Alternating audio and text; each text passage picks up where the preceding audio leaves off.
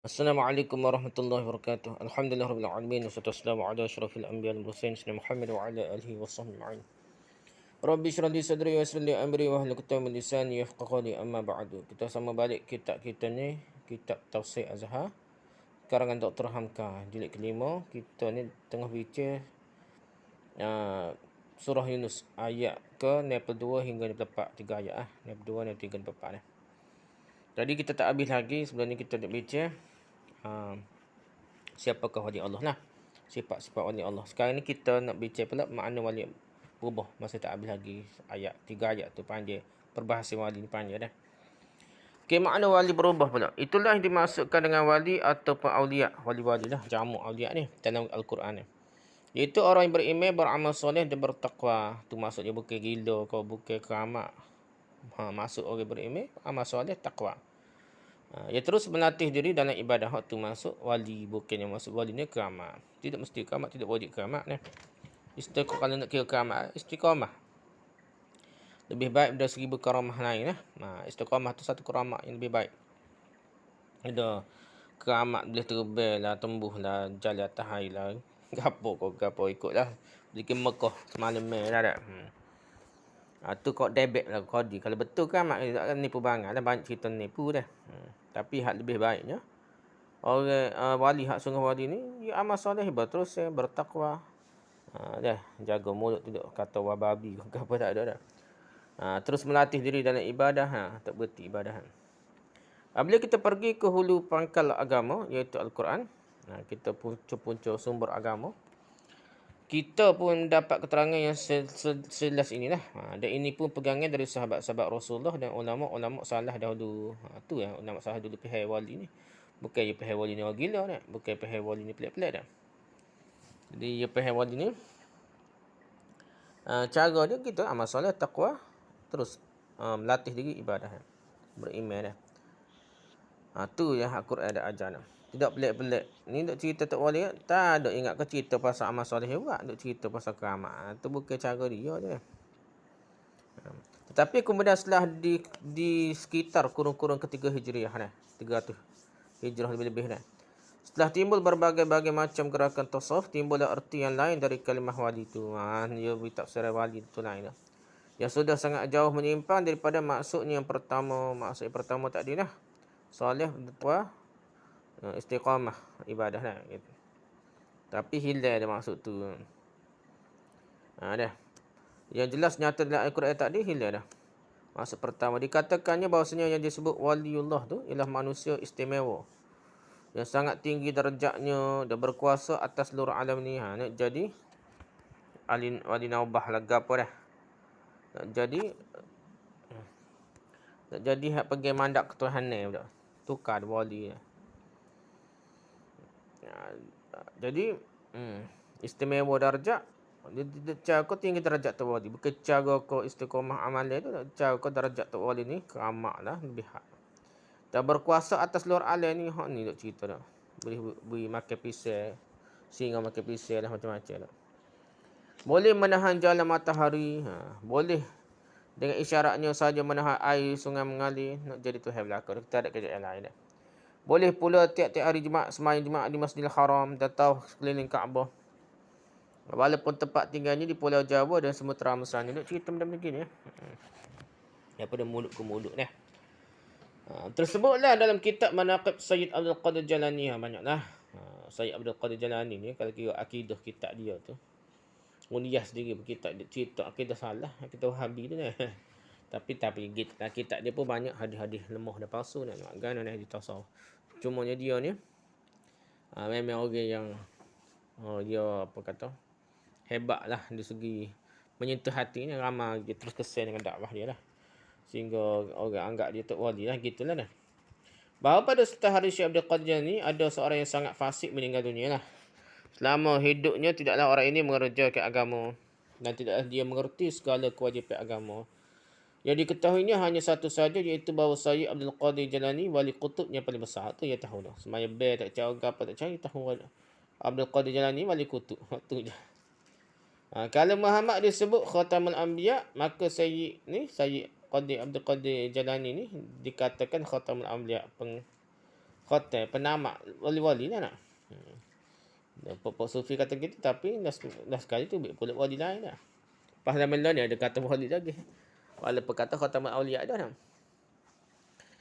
Syekh Abdul Qadir Jilani ni kata khataman auliya penghabis wali-wali terakhir lah. Lain dari itu tidak ada pengetahuannya tu, dia tahunya wali kutub.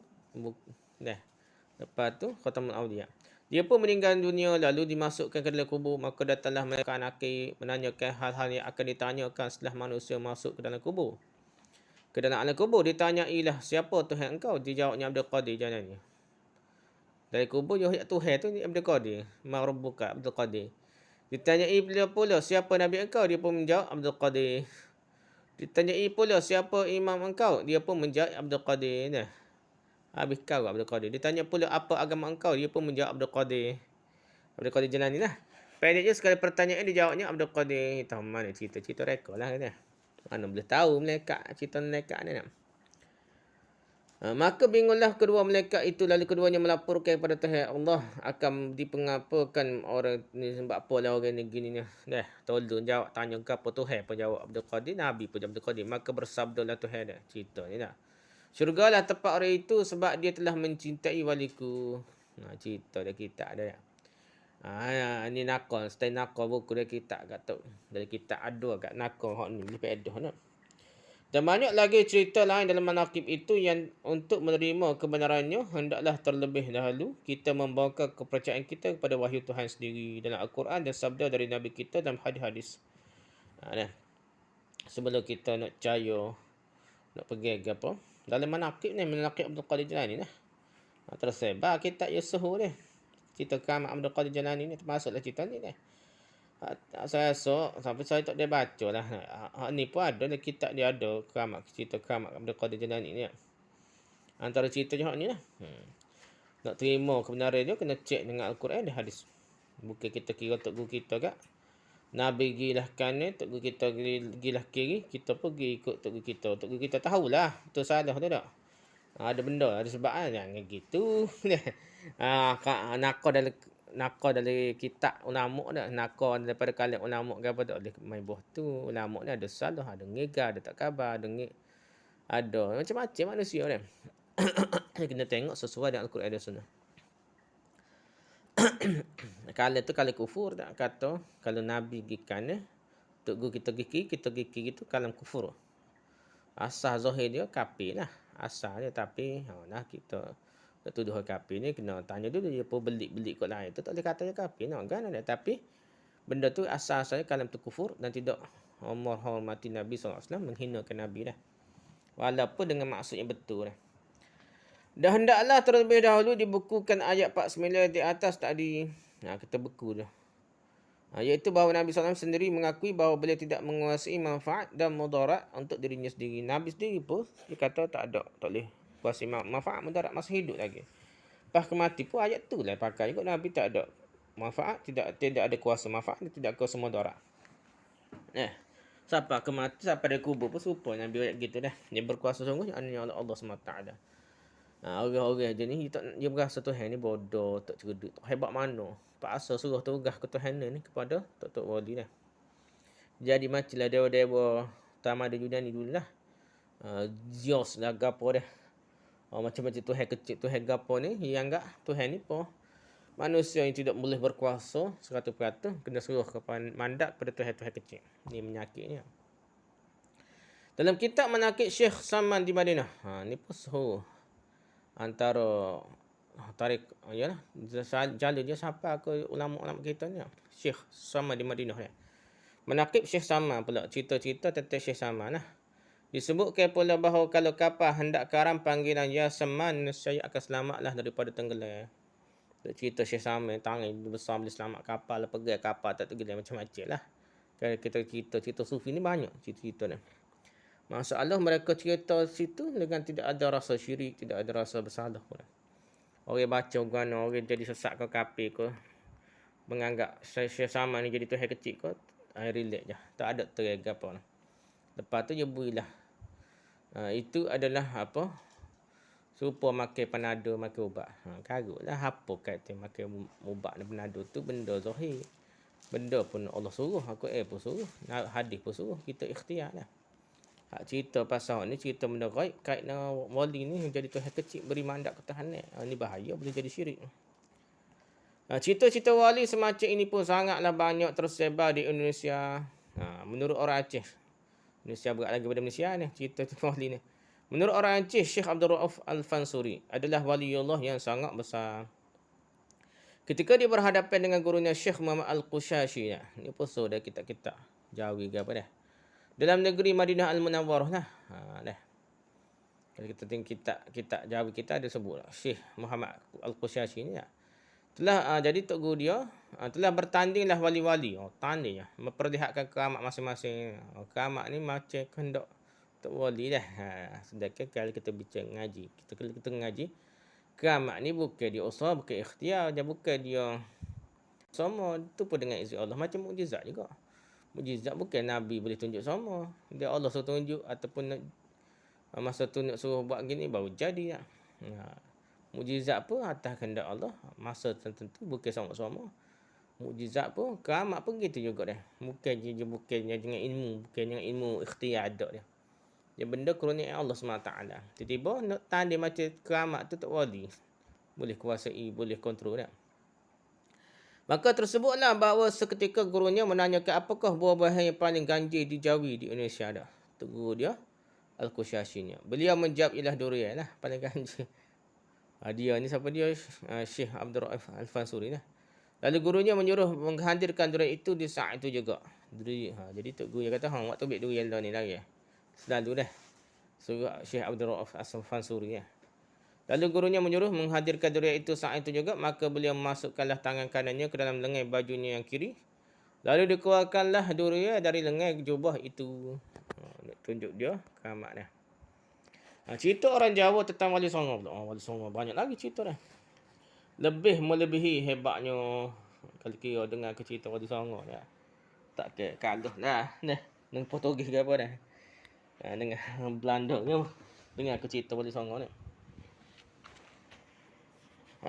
Sunan Bonang, cerita Sunan Bonang. Katanya berlayarlah ke Mekah tidak naik kapal. Mekah tak naik kapal tapi di atas sehalatika semayang saja di Mekah dah. Dan muridnya Sunan Kalijogo pula. Kalijogo ni. Sunan Bonang. Anak muridnya Sunan Kalijogo. Disuruhnya menunggunya di tepi pantai Demak.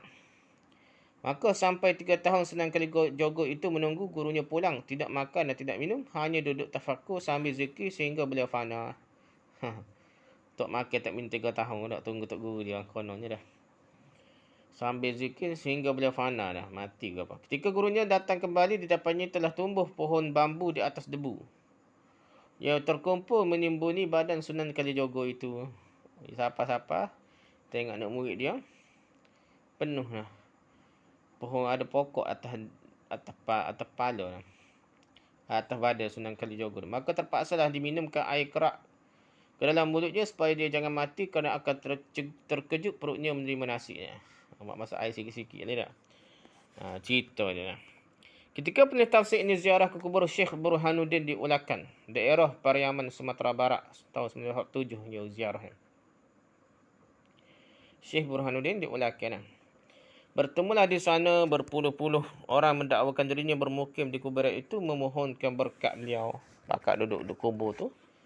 Minta berkat, minta hajat. Maka bertemulah sebuah batu licin datar di hadapan kuburan itu. Di tengah-tengah batu itu kelihatan bekas batu lain yang dipukul-pukulkan kepadanya sehingga berlubang. Ada batu lain begitu nak. Kata penghuni kuburan itu, di atas batu itulah selalu Syekh Burhanuddin, penghuni kuburan kau kerja jaga kubur aja dah. Dia kata di atas batu itu ialah selalunya Syekh Burhanuddin memukul zakanya. Kemaluannya apabila syahwatnya beliau timbul dalam mengerjakan sudut. Katak ke batu dia kata dia. Mereka tidak mengatakan apakah tidak hancur lumak zakanya kerana tumbuk dengan batu di atas batu dah. Gitu lah. Cerita lah. Dalam kitab Tabaqatul Awliya, tingkat-tingkat wali lah, Tabaqatul Awliya ni. Karangan Imam Sya'rani ni, buku tasawuf besar kot kan. Bertemulah kita riwayat beberapa orang yang disebut wali.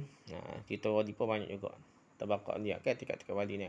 Sya'rani pun mempertahankan Ibn Arabi lah. Orang kata sesat kafir itu dipertahankan. Allah alam lah. Apa hujah kita. Sebagaimana kita katakan tadi, hendaklah terlebih dahulu kita membuangkan kepercayaan pada Al-Quran. Baru dapat kita percaya bahawa mereka itu adalah wali. Kalau kita nak tahu cerita wali, baca kita cerita pasal keramat Tok Wali ni, kita kena tahu Quran dulu, baru boleh terima, boleh percaya.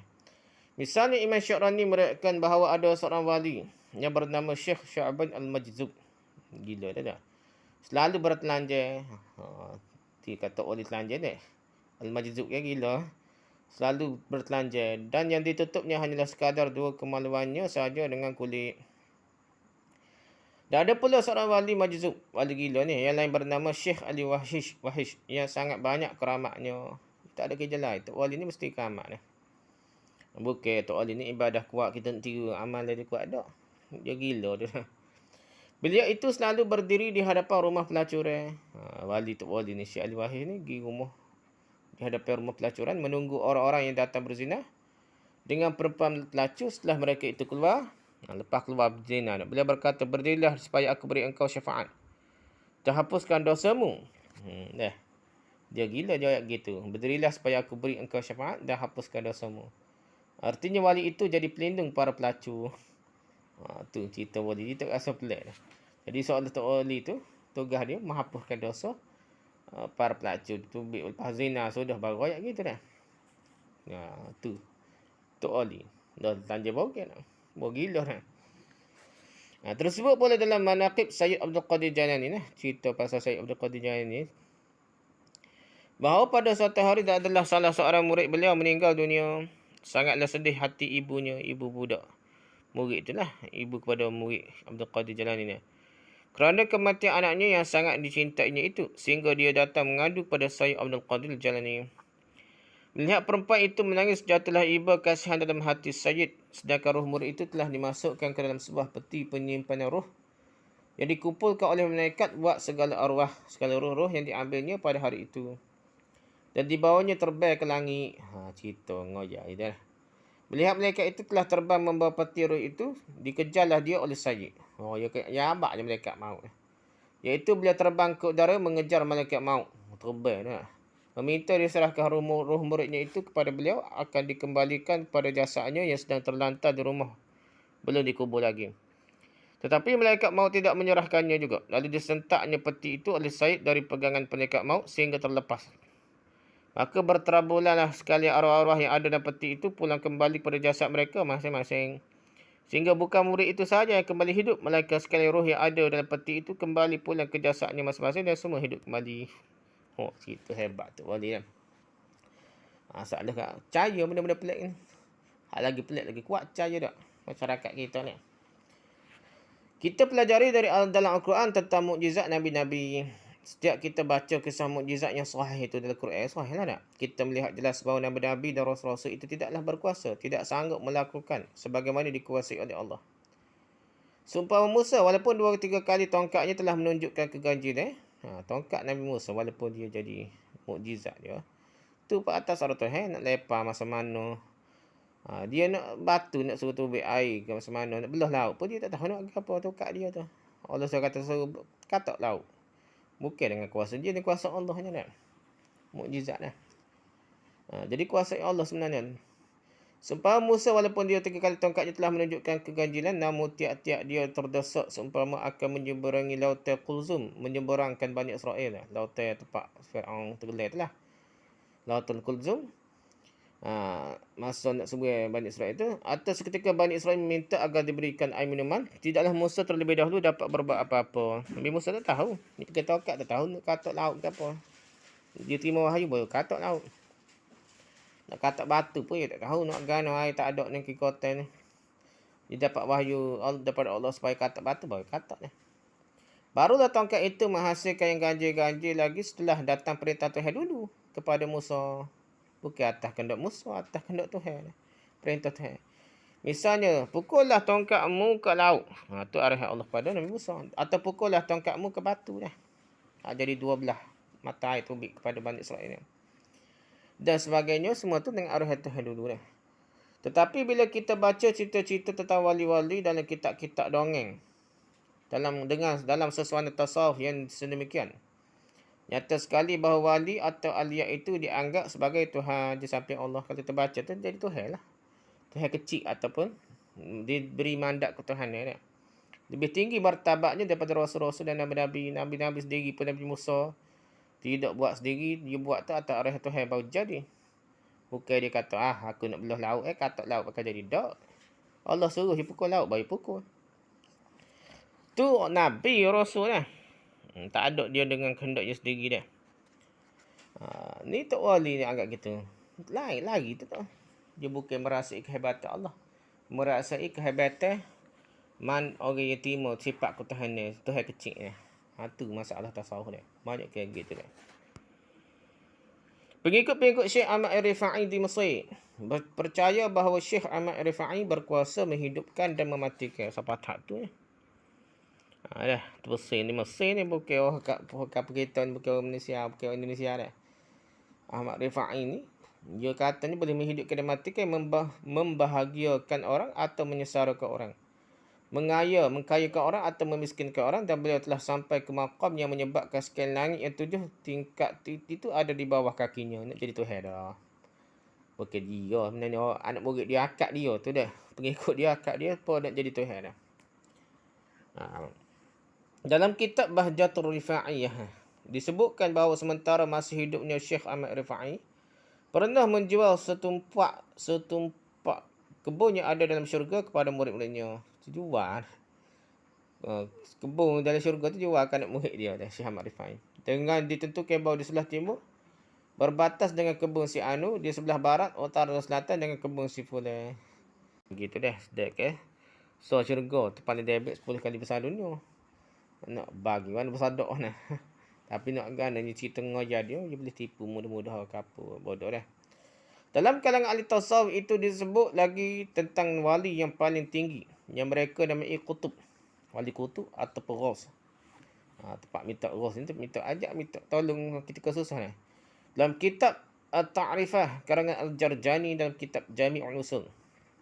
Kitab At-Ta'rifah karangan Jarjani, dalam kitab Jami'ul Usul karangan Al-Kamashkandi. Disebutkan tentang kutub itu bahawa dia adalah manusia yang paling sempurna, berdiri sendirinya dah. Nak jadi Tuhan dah. Qiyamuhu binafsihi dah. Tu sifat Tuhan dah. Dia bubuh kutub wali dah. Insan kamil pun nak jadi kamil sempurna Tuhan. Ada dah yang susu tu dah. Tempat Allah meletakkan pandangnya di atas bumi ini di tiap zaman. Pula dah ada lah. Tempat Allah tengok. Dan di atas dirinya lah beredar segala hal ehwal makhluk ini, dan atas kehendaknya lah peredaran segala yang ada. Dialah ainnya yang batin dan yang zahir dalam alam. Alam ni ain batin dia dan zahir alam ni Tok Wali itulah dah. Wali kutub, wali ghaus. Laksana berjalannya nyawa dalam badan Tok Wali tu jadi macam melarut dah. Wahdatul wujud lah, menyarut dalam alam dah. Dan dia pula yang mengalirkan roh kehidupan atas seluruh yang wujud. Ini sejak yang paling tinggi sampai kepada yang paling rendah. Kutub inilah disebut ghaus. Artinya ialah tempat memohonkan hujah rahmat. Ya. Tu tafsir dia lah. Dalam kitab Ta'rifat Jarjani, kitab dia usul dia cerita gitu ni. Kata mereka lagi, dalam kutub tertinggi itu yang disebut juga Kutubul Aqtab. Ada lagi dah kutub tertinggi tu. Ada lagi Kutubul Aqtab. Ada 2 imam. Kedudukannya ialah sebagai wazir dari kutub. Imam pertama mengatur Al-Alamul Malak. Imam kedua mengatur Al-Alamul Malakut. Ni cerita macam kita kata cerita dewa-dewa Yunani ni serupa juga. Sebab itu pengkaji-pengkaji mengatakan tasawuf dipanggil tasawuf falsafah ni. Bukan tasawuf akhlak. Hak Imam Ghazali tasawuf akhlak. Tapi setengah ulama kita pun duk capu-capu mari je. Tasawuf akhlak ni tasawuf falsafah ni ni dok. Dia bincang-bincang bukan cakap akhlak, cakap ngoyang-ngoyang ada falsafah.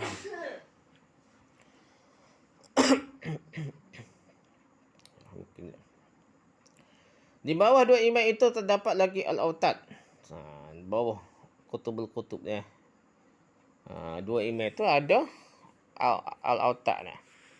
Yang berarti pasak atau tiang. Banyaknya 4 orang Dua tu ada bawah dia 4 orang.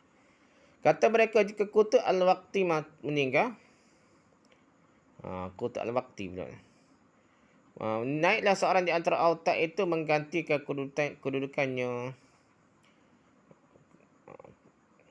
Kutub tadi kali dah aktab ni. Kutub al-aktab ni kutub serupa yang kutub al-waqti kali ya. Ilmu mereka adalah limpahan dari kutub tertinggi. Kalau mereka mati, rosaklah alam ini dah. Mati rosak alam.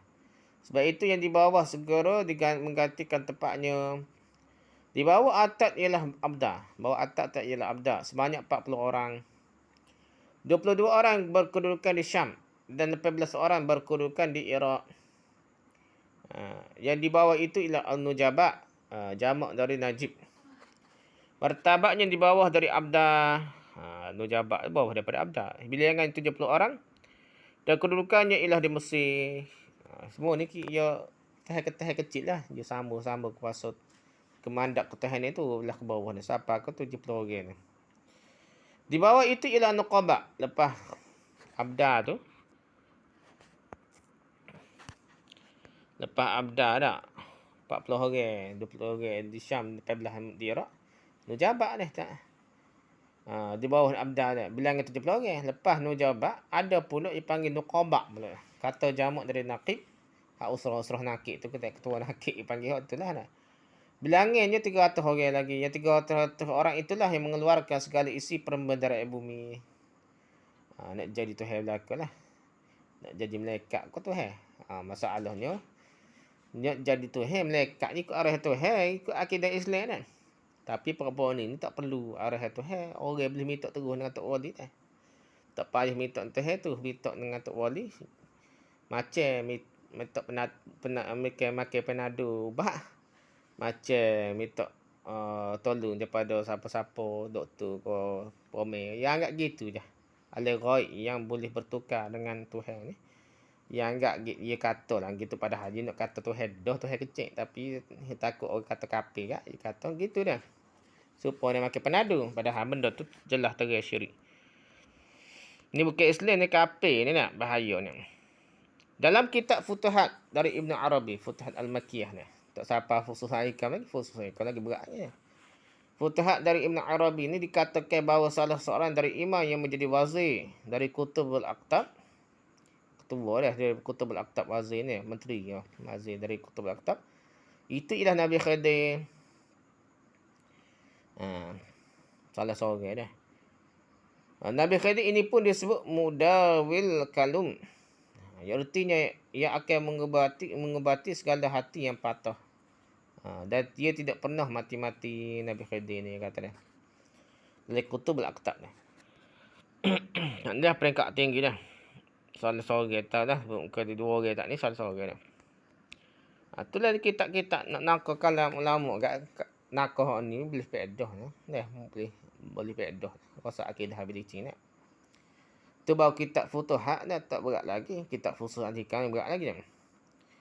Kemudian ada pula keterangan bukan Nabi-Nabi sahaja yang mempunyai Khatamul Anbiya. Iaitu Nabi Muhammad SAW.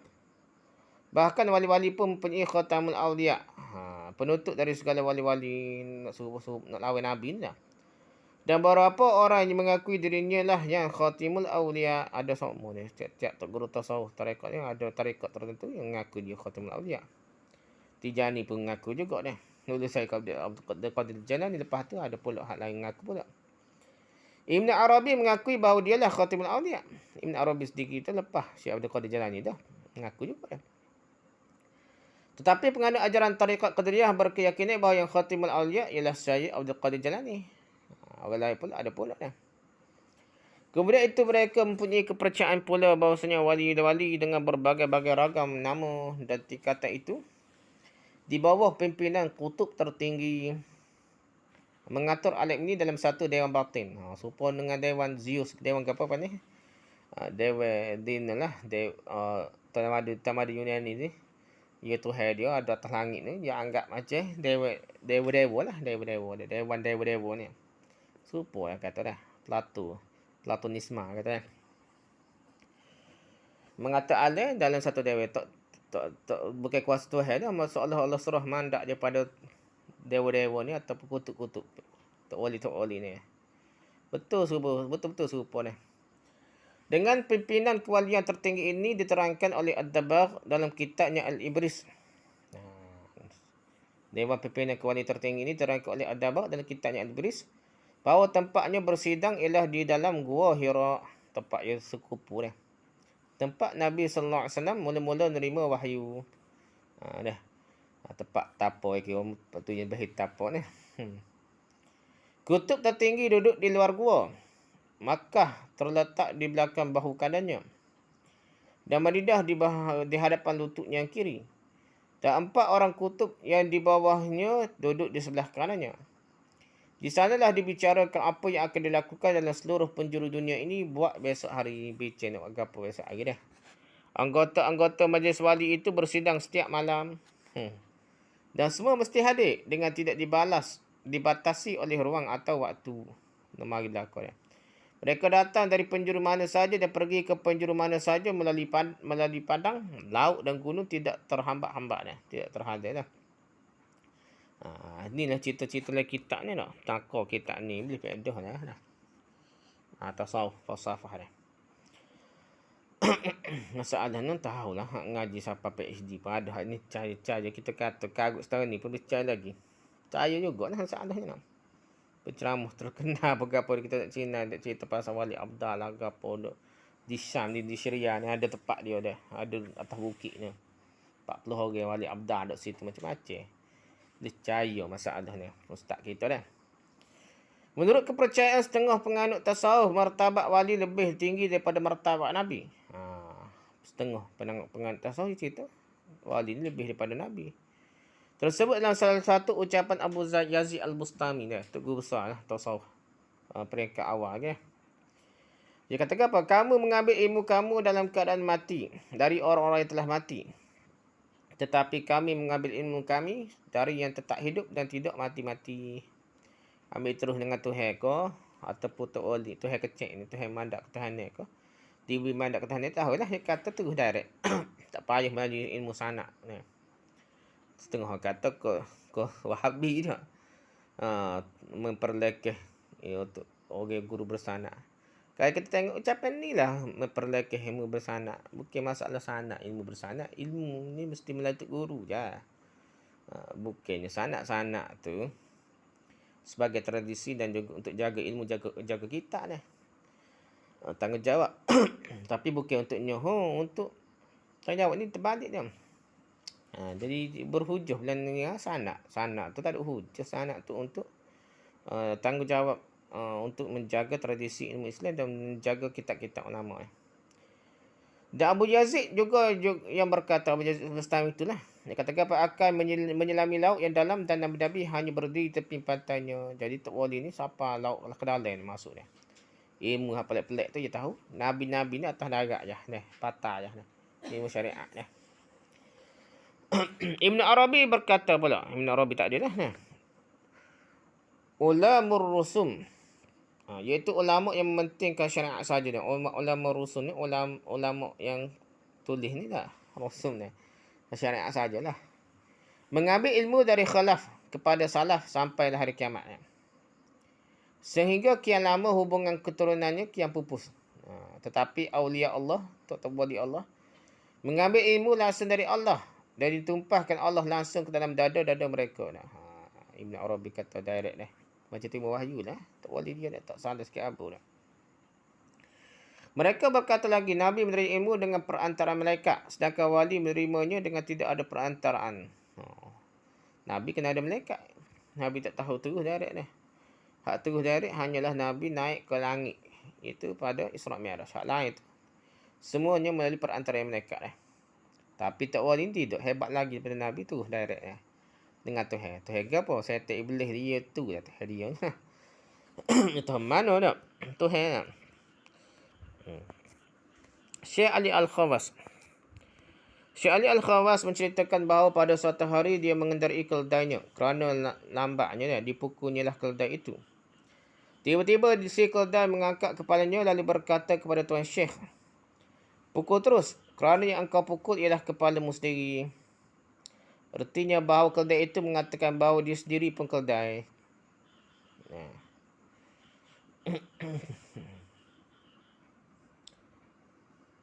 Jadi pukul keldai tu kata seperti pukul tu SD gitu kan.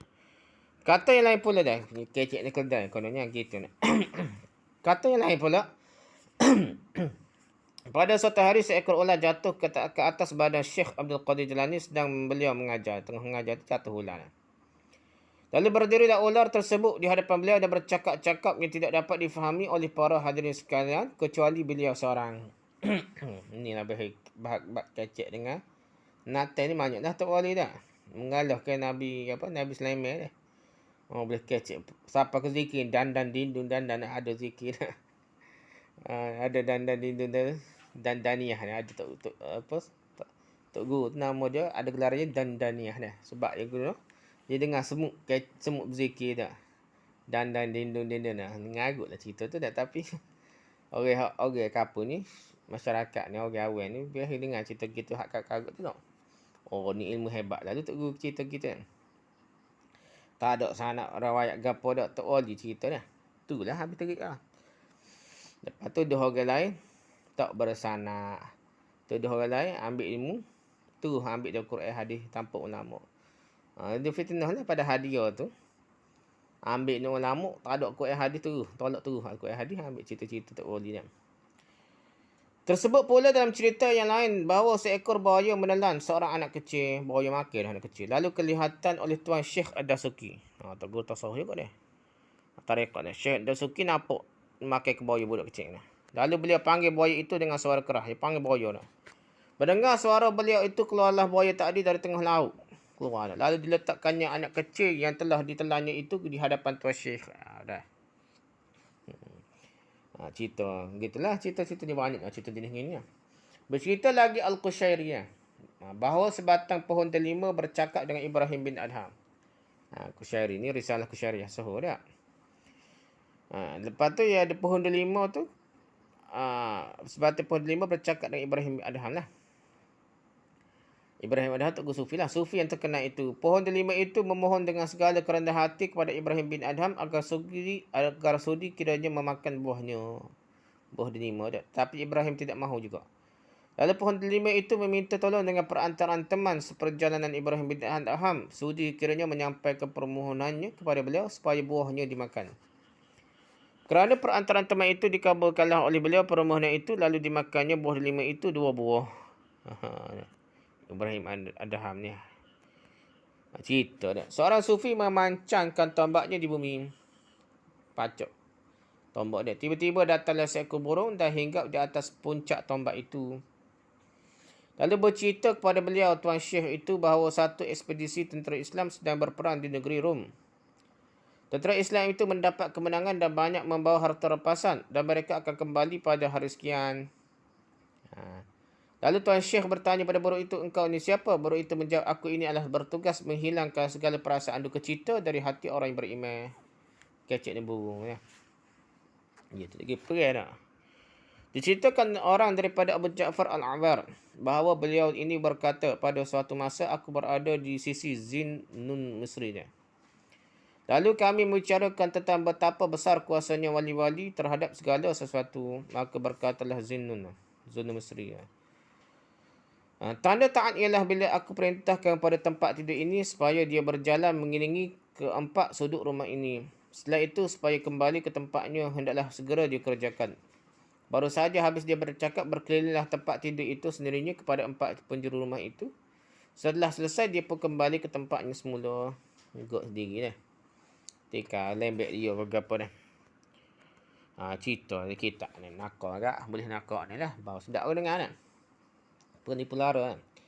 Al-Qushairi menceritakan lagi dalam risalahnya, risalah Qushairiyah sahalah. Yang terkenal itu bahawa satu hari Zinnun Misri menunjuk kepada sepohon kayu yang tidak berbuah supaya segera berbuah. Maka pohon kayu itu pun berbuahlah sementara itu juga. Dikhabarkan lagi dari Al-Wasiti. Aku berlayar bersama-sama isteriku yang sedang bunting. Tiba-tiba perahu kami pecah dan tenggelam. Sehingga tinggallah aku dan isteriku bergantung-gantung pada sebelah papan. Dalam keadaan yang demikianlah anakku lahir. Lalu isteriku merintih menyatakan bahawa dia sangat haus. Yang ada hanyalah air laut belaka. Lalu aku berkata, dia tetap melihat kita. Lalu aku angkat kepalaku. Tiba-tiba datanglah seorang lelaki sedang di tangannya sebuah rantai emas. Di hujungnya sebuah piala dari berlian yang merah. Lalu dia berkata, minumlah. Kami berdua pun minumlah. Rupanya isinya lebih harum dari kasturi, lebih dingin dari salju, lebih manis dari air madu. Lalu aku berkata, engkau ni siapa? Moga-moga rahmat Allah melimpah kepadamu. Dia menjawab, aku ini adalah hamba daripada Tuhanmu. Aku pun bertanya pula, bagaimana maka engkau boleh mencapai darjat setinggi ini? Tak ada cara lain, cara darjat keramat. Dia menjawab, aku tinggalkan nafsu dan hawaku. Lalu aku dudukkannya di atas hawa, yakni atas udara. Jadi keramat dia boleh tolong rimah kita. Diceritakan pula bahawa seorang sufi yang tinggal di negeri Basrah, apabila ragu-ragu dalam suatu masalah, langsung bertanya pada gurunya yang tinggal di negeri Ashtakar, Persi. Persi dah jauh ni, Basrah ni Iraq ni, Persi ni di Iran ni. Sementara itu juga datang jawapannya meskipun begitu jauh jarak kedua negeri tersebut ni. Dia tahu jawapan ni. Dan berkata pula seorang murid dari Al-Qarhi ni, bahawa pada suatu hari dilihatnya pada wajah gurunya bekas luka yang sebelumnya belum pernah dia lihat. Lalu dia bertanya, apa sebab wajah ustaz kelihatan bekas seperti ini? Lalu Al-Qarhi menjawab, pada satu malam timbullah keinginanku hendak mengerjakan tawaf sekeliling Kaabah. Padahal ketika itu dia sedang berada di Iraq. Maka terbanglah dia dari Iraq ke Mekah. Setelah selesai dia ingin hendak minum air Zam-Zam. Lalu dia pergi ke sumur Zam-Zam itu. Tetapi sesampai di pintu sumurnya, telaganya, tergelincirlah kakinya di pintu itulah, terjatuh dan luka sedikit di mukanya. Dia kata gitu dah. Banyak anak murid dia percaya dah. Bishr Al-Hafi berjalan di atas air. Tu sorry Tok Wali dah. Tok Guru dah. Seorang sufi berlayar lalu dia meninggal di tengah lautan.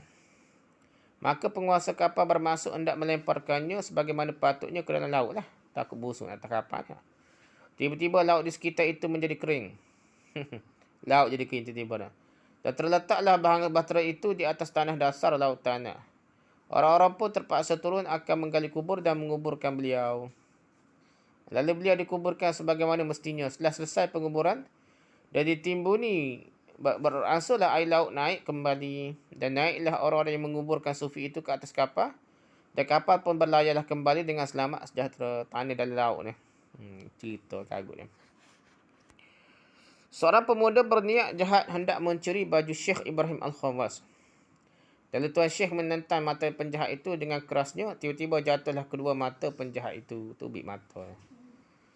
Katanya lagi Sufi Al-Ajuri melemparkan bajunya dan baju seorang Yahudi ke dalam api.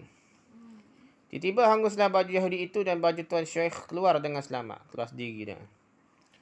Dalam kitab Risalah Al-Qusyariyah sampai 16 halaman penuh dengan cerita semacam ini. Padahal suhu dia. Cerita tak karut mana dah Risalah Al-Qusyariyah ni nak saya baca habis je. Tapi ada cerita karut sini sikit-sikit 16 halaman dah. Satu cerita rata-rata 40 halaman. 40 halaman satu cerita rata-rata dah. Dan Syekh Sya'rani pun doyan pula menyusun cerita semacam ini. Dalam kitabnya Tabaqat Al-Awliya lah. Syekh Sya'rani lah. Dan paling akhir Syekh Yusuf bin Ismail